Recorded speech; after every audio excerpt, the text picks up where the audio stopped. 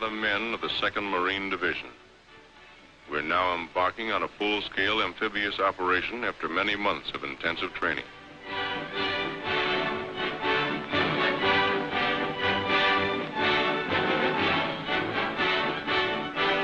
The transports are combat loaded. The ships of the Navy and Coast Guard form our convoy. Squadrons of carrier planes cover us in the sky. Several days from our destination, a destroyer brings us sealed orders.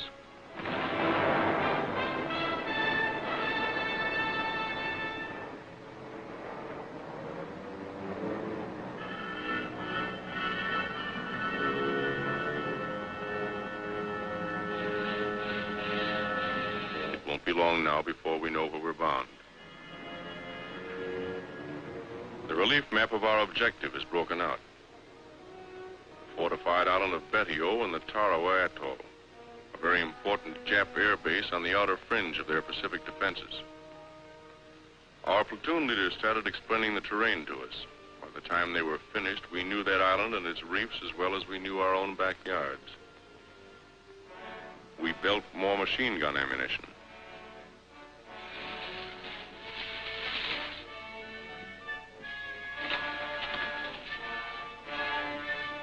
Check and test fire all weapons.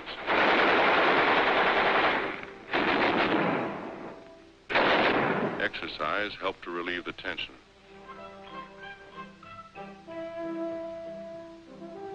Navy and Coast Guard coxswains received last-minute instructions on formations, rendezvous areas, and departure times. Services are held on the last evening before D-Day.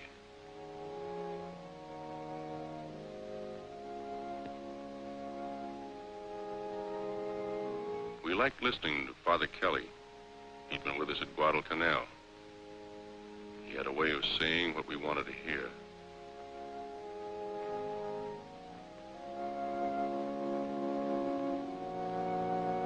Many of these men were killed the following morning.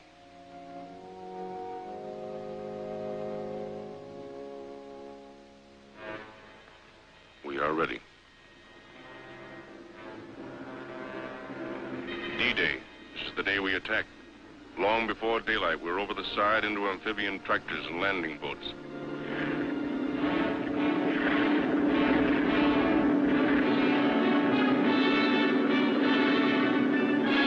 At daylight, our naval vessels open fire, and for 4 solid hours, they pound Tarawa with high explosives.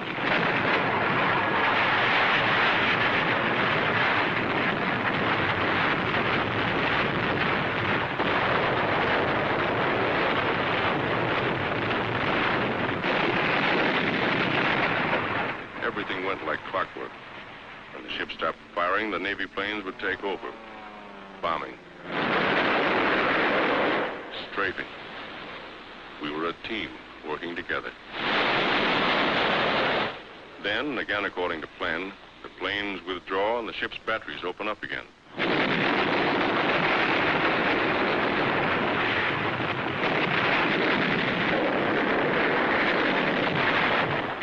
The hour we attack is getting close. For 3 days before we moved in, over 4 million pounds of explosives have been dropped on the island. It didn't seem possible that anyone could live through that bombardment.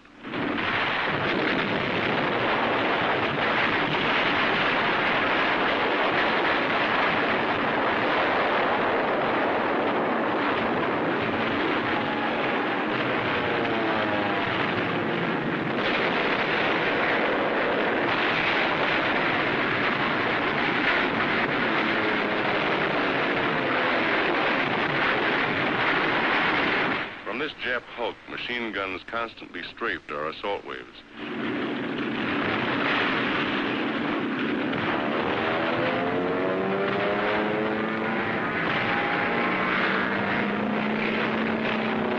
We bombed them out twice, but each time a new crew took over. One of our planes scores a direct hit.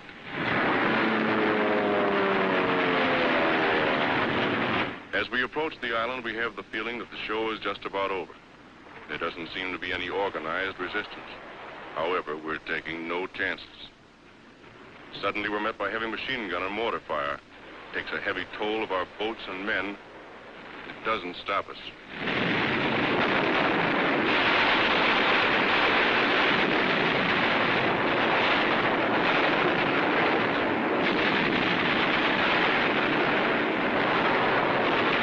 fight our way onto the beach.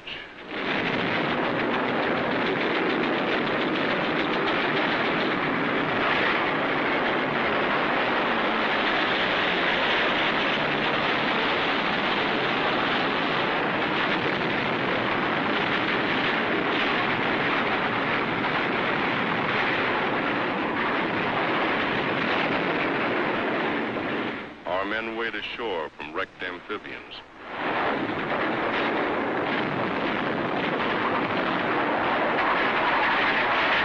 A long pier extending across the fringing reef gives protection to a lot of our boys on the way in. We have a pretty good toehold on the beach, but Jap fire pins us down for hours.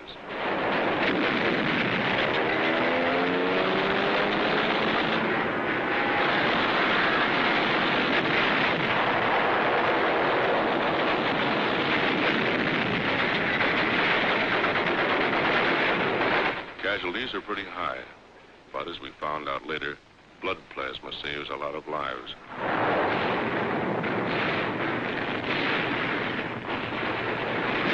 When reinforcements arrive, we start moving up.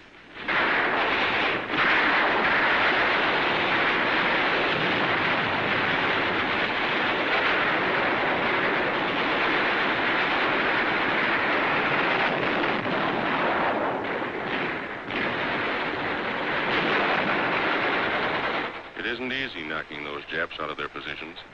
They're hidden in trees, behind revetments, buried pillboxes, bomb-proofs, bunkers.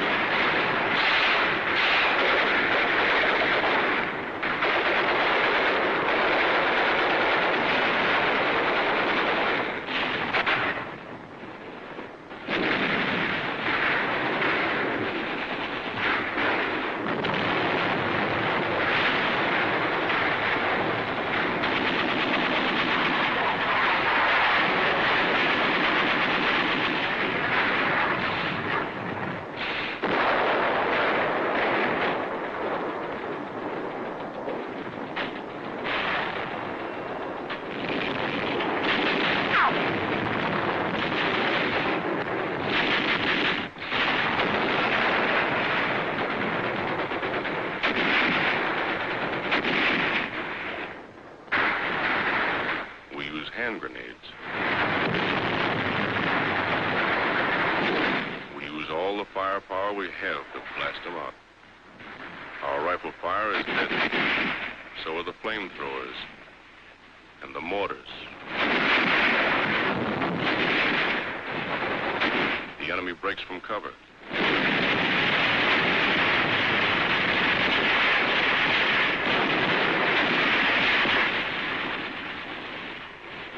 It's tough getting them out of places like this. We can never be sure where their snipers are placed. We take it slow, easy.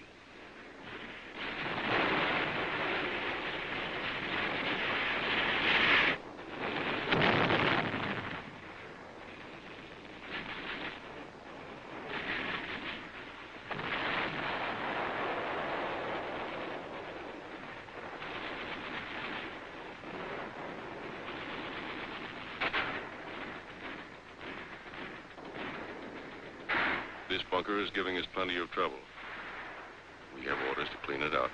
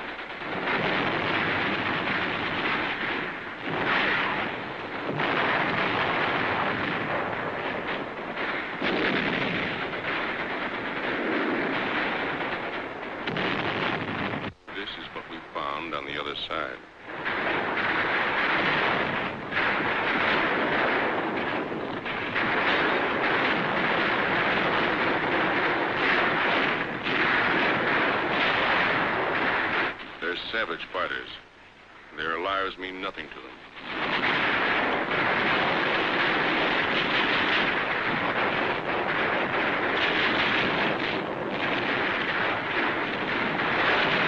One of our boys is hit.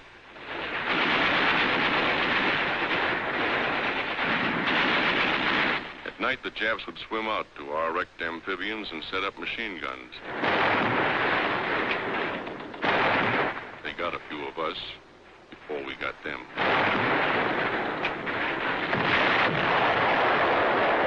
Commanding officer of the assault troops confers with his staff. One of our medium tanks remains in operation.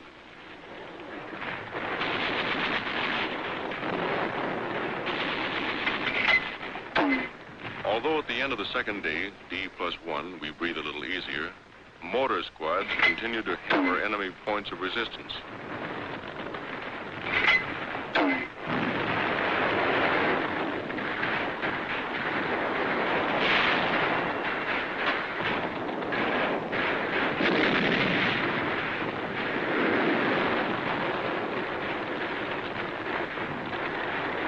By this time, we know the Japs are licked. They must know it, too. There's still strong resistance. Nip suicide snipers tie themselves up in the trees and take pot shots at us. We hit them, but they don't fall. Just die and hang there.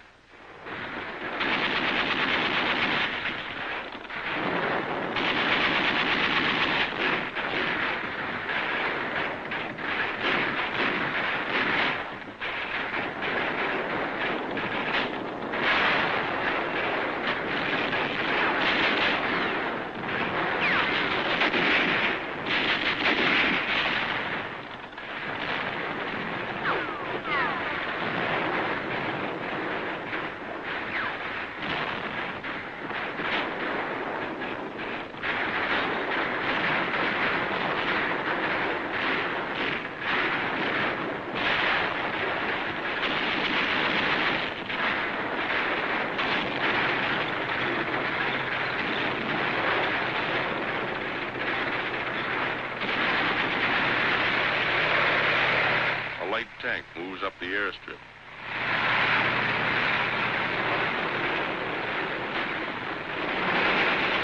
One of our boys is wounded during the attack on the airfield. Another Marine goes out after him in a jeep under heavy machine gun fire.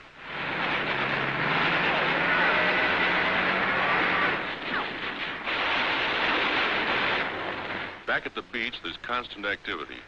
Amphibians tow in fresh supplies, food, ammunition, guns.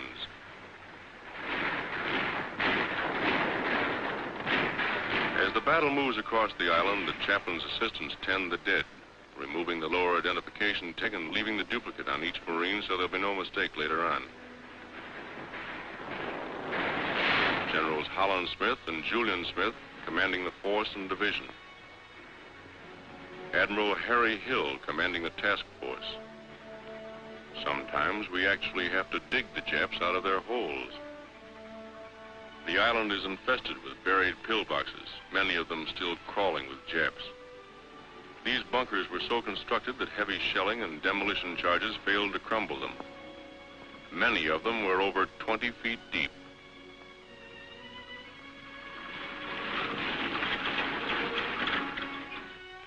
Our first prisoners.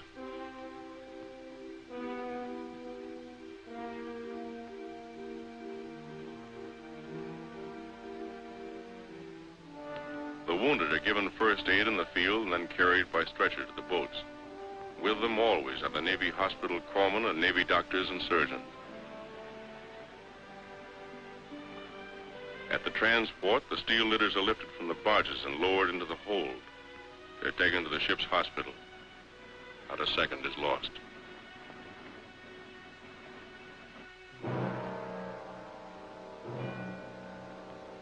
These are Marine dead. This is the price we have to pay for a war we didn't want. And before it's over, there'll be more dead on other battlefields.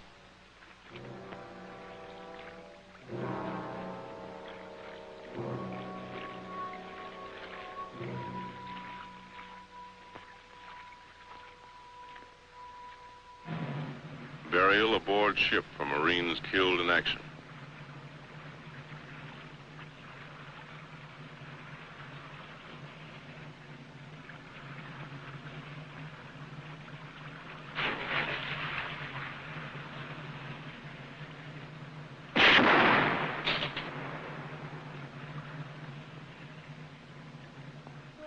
Just to make sure they're not concealing weapons, the prisoners are lined up and their clothes cut away. We gave them new ones later from their own dumps.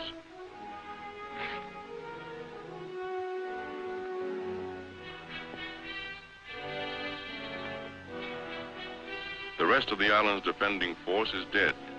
None escaped.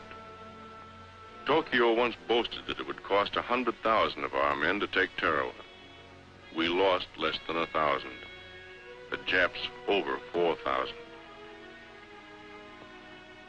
A wounded Jap soldier. We took very few of these. Most of our prisoners were Korean laborers. One of our officers captured these Japs from a disabled landing boat. Prisoners carry their own wounded to the pier for evacuation. Captured Jap water. This is the first chance the boys have had to wash since they got on the island. Gunfire from our warships knocked these big guns out early in the bombardment. These were English Vickers guns captured by the Japs in Singapore.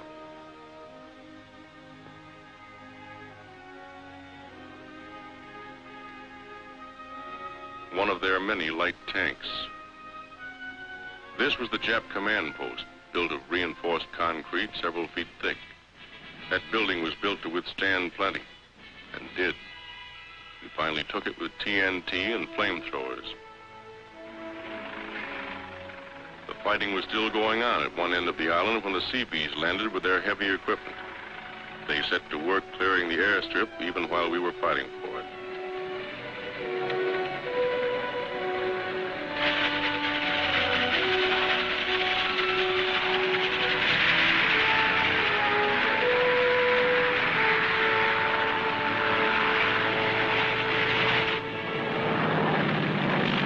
The first plane landed just 24 hours after the Seabees had started to work.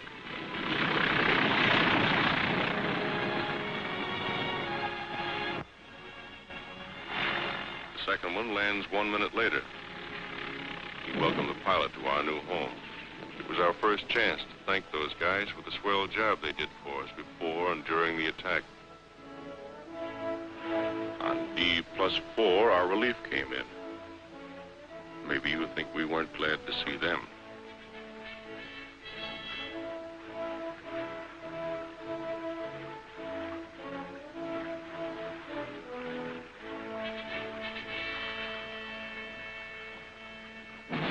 I guess all of us knew from the first, no matter how tough the going was, that we'd take the island.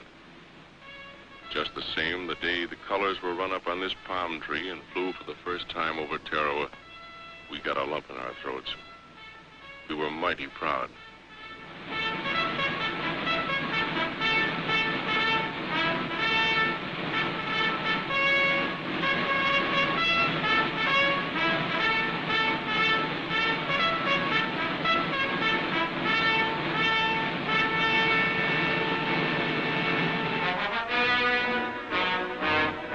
These are the Marines who took Tarawa.